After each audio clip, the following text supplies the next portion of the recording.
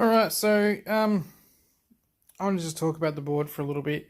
Probably not going to bother editing any of this unless something goes horribly wrong, but I'm just going to talk about kind of how we've got to this stage from an initial turning point or sketch point, I guess. So the idea was, I always loved the idea of a big fortress board, as you can probably tell. I want something with some high walls, and back then when I first started this, I didn't really know of any builds. I've seen some since, but didn't really know of any builds that had a big sort of fortress wall or an imperial palace sort of thing going on. So I got the boards from my local hardware store, had some blue foam that I cut to size and then based on, I think it was maybe 4 or 5 mil MDF. It's pretty thick stuff though. Based on that, and then dug out these recesses underneath. So there you can see. So dug these out. I put some pipes and some bits and pieces that I cut up into there, and some wires and that kind of stuff. Just made it look like obviously there's some underground in there. The idea was there's a pipe in the corner there, and troops were going to be able to go through that into that ruined building when the floor was caved in. I wanted extra sort of entrances and stuff, but the project just got the better of me, unfortunately, and I just needed to get this done. So that was kind of the idea behind that, but also allows, once the walls are down, it allows the troops in these buildings to probably get a bit more cover because they can sit inside the floor panels. So when they're being assaulted, they've got somewhere else to hide. I'm just going to come around here. So pretty deep down there. You can probably get a squad of Terminators or something into that. So that was the idea behind that. So digging out these wasn't too bad. This top layer here, so this is foam card here. No, sorry, foam board here, the XPS stuff. It's hard to tell from the layers. And I've got a layer of foam card over the top of that. So the layer of foam card was very carefully cut with these shapes in mind. So these particular building shapes. And what I wanted to do was have each building that was in this fortress section was going to have a doppelganger that was less ruined. So each of these buildings that are out here actually represents in the same exact base size and exact same architecture. So this building matches, I believe, the one in the corner. I changed the color schemes a little bit after, or maybe that was a mistake, I don't know. But so that one basically, so they all line up. So if this building is the match of this building here, all their pieces all match up. So they were identical basically, except for one's more ruined than the other. So the idea was obviously you can have either some high buildings and an attacking force dealing with some long range, or you can have a ruined city and have a totally different scenario based off that. The idea was then to build some buildings to go out here in sort of the no man's land or the ruins, but it just got the better of me and it just needed to get done. So I scrapped that idea and I thought this will do plenty. So with that being said, a little bit of foresight, being that I didn't have the tools back then, I actually based these, this is a big mistake, I based these ones on the foam card that I cut out from this sheet. So you can see there, just a little shallow bit there.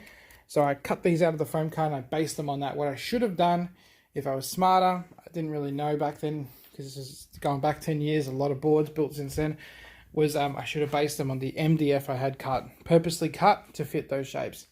So I was going to salt weather the whole thing. Well, I did salt weather it. But the salt had a lot of trouble coming off, maybe because I left it too long to dry, I'm not sure. But I won't be doing a project this big with this much water soaking material again. This was a big learning curve for me. So because of that, a lot of these bases warped. They're very flimsy too because they're just foam cards. So let me see if I can find one here. And I've sort of just put some scrap MDF pieces in there just to sort of keep everything together, because they're pretty flimsy. Unfortunately, that's just how it is. Lesson learned. I wasn't going to recut them. I was not going to go through all that trouble. So that was the lesson learned on that. So all the times that I did all the salt weathering, I think I soaked most of these buildings 3, maybe 4 times and just sort of let them sit. And so you've got some bubbling on here as well. Might be a little bit hard to see. Yes, there's bubbling on here.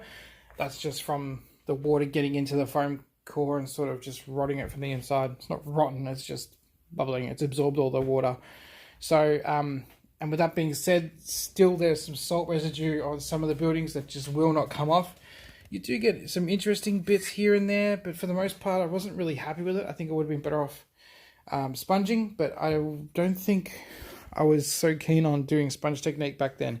So that's why we ended up doing salt weathering. I thought salt weathering would have been nice and easy. Just pour the salt on, do the hairspray, pour the salt on, scratch it off, wash it off, and the buildings are done. Like I didn't want to, I did initially want to do a lot of the painting and stuff, but I just really need this project finished and out of here so I can move on to, I've already got another job doing that it's going to take up a whole table. I'd like to do a job for myself at some point, and this was just sitting in the way. It's been sitting in boxes in the corner in the shed for so long, and it's just, it needed to go. So, like, as exhausting as the process has been, I'm grateful that it's done. Could it be better? Definitely could. And could I have done things better? Definitely could have on that part as well. But I'm still pretty pleased with the result. There's a lot of terrain on this board. Like, you could probably get away with playing some skirmish games on this. You could probably even do, I don't know, a couple of player like Kill Team or Shadow War, Necromunda, something like that. You've got smoke. You've got vehicle. The defensive systems will provide some cover for any low units sort of with the pipes in the way. There's just a lot going on here. So I don't think that any game system would struggle to have a decent game on this. Being the smoke as well, you could almost pile it up into a certain area. So if you're worried that something's just not got enough cover, you can just use the smoke to create a barrier across maybe the no man's land in the middle where the road is, because obviously no buildings sit on it. And then suddenly you've got troops that have to progress sort of through the sides here. So the smokes were really good for that, because it just allowed me to have some line of sight blocking that didn't necessarily have to be a building. And the ruins, I mean, they're more for effect than anything else. Like, nothing's going to get real cover from this in a game of 40k, but maybe in like a smaller skirmish game that's more reactionary or something like that, perhaps something as simple as a barrel might actually offer some cover. So the other thing as well is we've got these removable pieces of wall. So obviously these were just cut with a hot wire cutter into a shape that I knew would kind of hold itself together pretty well once pulled out, painted and put back in. I didn't want anything too blocky looking. I wanted something that looked like it could have exploded out. And I could have and should have done these better, but these were sort of like rubble / steps to sort of lend to sort of get in. So here again, like, you could probably get a couple of marines up on here and over there as well, same sort of concept. So just so it's not such a steep climb for a unit, so it looks a bit more realistic. The rubble probably could have gone a bit better, but I was feeling kind of rushed at the time, and that's just how we went. So I think I wanted more pipes as well to sort of go along with this to create more, so you could have more of an industrial sort of look if you really wanted that. But again, we're finished. This here as well, I'm really sorry for anyone who's offended by that, but I don't know what came over me to put the numerals on backwards. I'm pretty sure that's not a number, and I think the X might even be upside down, but the eagle's pretty cool, so I'm happy with that. So the other issue I had when I finally started to kick this off after I'd finished a bunch of jobs on my own, I was feeling confident. I actually got held up the first time on the doors. What I initially wanted to do was the, I think it was the Imperial Shrine or the Aquila Shrine kit. I wanted to use the eagle head from that and put that on each side of the door. So when the door came together, it formed the eagle head on the front of the thing. But it was such a tall kit. Working with the plastic's not too good. I didn't really have the tools that I had now. And so that's where the project stagnated, is just on that one detail. I just shut the whole thing down and I packed it away. And that's kind of where it sat for a long time. So just a word of caution, I guess, not to get stuck on the silly details, and maybe just press on with stuff. Don't get caught up on that kind of thing. So so that held me up for a really long time. And then when I came back to it, I decided, you know what, I'm just going to do some cardboard, some foam card doors, and that's just going to be the end of it. And I'm pretty happy with how they came out. I've just put some MDF pieces down here to sort of count as like the gearboxes. So they've got a little wedge on the back of the doors that squeezes in between these pieces here. It's had a lot of paint and texture applied to it, so it's not as smooth as it was when I first made it. So that's bad for me, but whatever. It does go across. It just means that you have to be super careful with it. That's all. So yeah, that's kind of where all that went. The other thing as well is when I based it on a slightly smaller board. So I had a bit of hangover here, and so I needed to then go buy another board to base the board on. So this piece of MDF here is actually glued onto a second board. That's why I've kind of filled this gap here with a lot of texture paint to sort of cover that infill.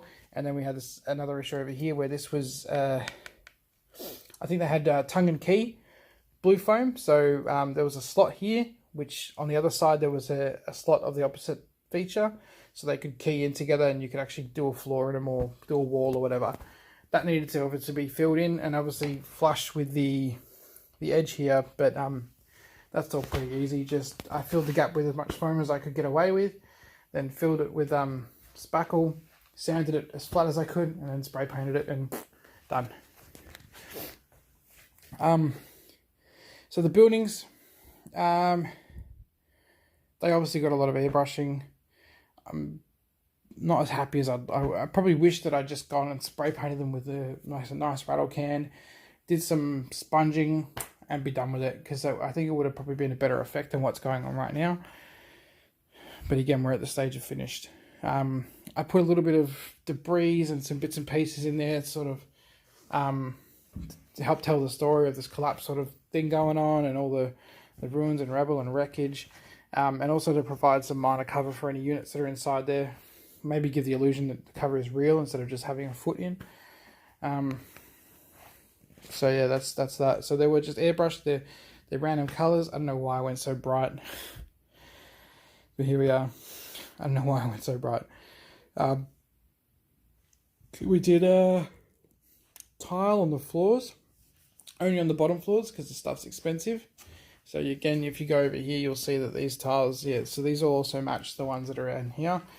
And then the second floors and up were just foam core, straight foam core. So I think these are 3mm foam core sheets, but I usually go with the 5mm now because I can't find the 3mm anywhere. So they were just airbrushed, sort of a tank grey or something like that. And then a lot of weathering powders sort of into the corners. I wasn't going to be able to get the airbrush into there, but I wanted them to still look dirty and worn. So I decided powder was a good way of getting that done. So this building over here probably copped it the worst. Chances are that was probably still like soaking up some moisture and stuff from when I initially did it. Some of this darker paint patches are because the water underneath was actually rotting away some of the edges here, and they were sort of curling up and flailing around and stuff. So that thick paint layer was to sort of try and hold that down, cover that up. So when I went over with the powders, it wasn't so noticeable, or if I had to repaint it again, at least it wasn't just bare white showing through. Got to the end of the SD card there. So yeah, so that's pretty much it. Like, we've got some widgets here and there. The Land Raider was actually made out of foam. Bought it off a bloke who was selling a whole bunch of vehicles he made of foam, and I thought it'd be great for terrain, so I'm glad to get a use out of one. This was initially because I didn't have the smoke markers, and I wanted something that could just block the road off that wasn't a building, because it would look stupid to have a building in a road. Why would you do that? So before I had the smoke markers, I put some bits and pieces on the Land Raider to make it look a bit more legit. Not quite where it should be, but whatever. It's a ruined, wrecked Land Raider. Who cares, right? The turrets as well. So they also come off, and there's some exposed wires in there if you really want to make them look like they got blown up or whatever. I think that's pretty much it. I think I've explained everything. So the road is also made out of foam card. It was 5mm thick. This is cork tile here that we've used. Pretty thick cork tile. So I wanted to just have some sort of, I don't know, just wanted to look a bit more interesting near the road. I didn't want it to just be a road in the middle of nowhere. And I quite like the little bits of rock in that. They sort of add a bit to the road section. So with the road, once we had the road down, we went over it with some spack filler just to sort of create a little bit of texture on it, so you can sort of see a messy texture on there. Carved in some cracks. Not 100% happy with how they came out, but I was having a lot of trouble getting some interesting shapes, so I just sort of went bugger it and it's done. And then some washing, some really heavy oversprays with this with the spray paint. So yeah, some really heavy overspray with the spray paint. Some flecks of like black paint here and there, just to sort of really change up the tone of it and the colors of it, so it's not all just one flat color all the way up. The boards here though, they were a bit of a pain. I'm not happy with how they blend it, despite the fact that the board up here is actually sprayed with the exact same paint as this board. You can probably see a color difference. Maybe it's because it was a little bit of grey underneath, I don't know. But probably would have been good to have a bit more variation in the tone, I guess, of the baseboard, especially out here in the middle of nowhere. It looks a bit, I think it looks a kind of little bit bland, but again, we're finished. All right, you can't complain. Oh, you can complain, but yeah, I'm not going to complain. So yeah, I'm just going to have a quick look around again and call that a day. So I don't think I've got much else to say, to be honest. It's been a pretty big journey with this board. I learned a lot of lessons. I learned a lot of lessons and stuff that I won't be doing again. Be pretty cool to do another board like this, but maybe simpler with some foam card buildings instead of the really expensive Games Workshop kits. As you can imagine, doing duplicates of every building, the amount of stuff that I cut off, and I wouldn't say wasted, but the amount of bits and pieces I had left over that were useless after making, what have we got here, like 12 buildings. It was pretty astronomical, so wouldn't recommend doing it. If you're going to do it with foam card or any other material that's a little bit cheaper and easier, or not easier, but cheaper at least. And that way you can probably get more variation. I don't really like how everything looks the same. The levels all look the same. There's not a lot of variation in the panels. Maybe if the panels had some double panels that were just straight wall or something. But it's very hard to sort of make them look interesting without them making them look like open windows the whole way around. You know what I mean? If you know what I mean. So, anyway, that's it for me for now. That's like a 20-minute video. So I'll see you on the next one. I'm painting up some Star Wars gear that I got in a tub in the corner for someone. So stay tuned for that. It's going to be a lot. It's a whole table's worth, and it's got some pretty interesting stuff on it. So I'm pretty keen to have a look, bust it out, base it, texture paint it, spray it, all that kind of stuff, weather wash, blah blah blah, and hopefully see you guys there. So if you like anything, if you've got the comments, questions, criticisms, if there's something here you absolutely hated what I did on it, feel free to tell me. I love hearing about anything, negative, positive, it's all good. So happy to hear any comments. If you like it, please subscribe. Go to our Facebook. It's facebook.com/District Terra, and Instagram is also District Terra. So probably use the Facebook a little bit more, but either way, the options out there for you. So thanks for tuning in, and I'll see you on the next one.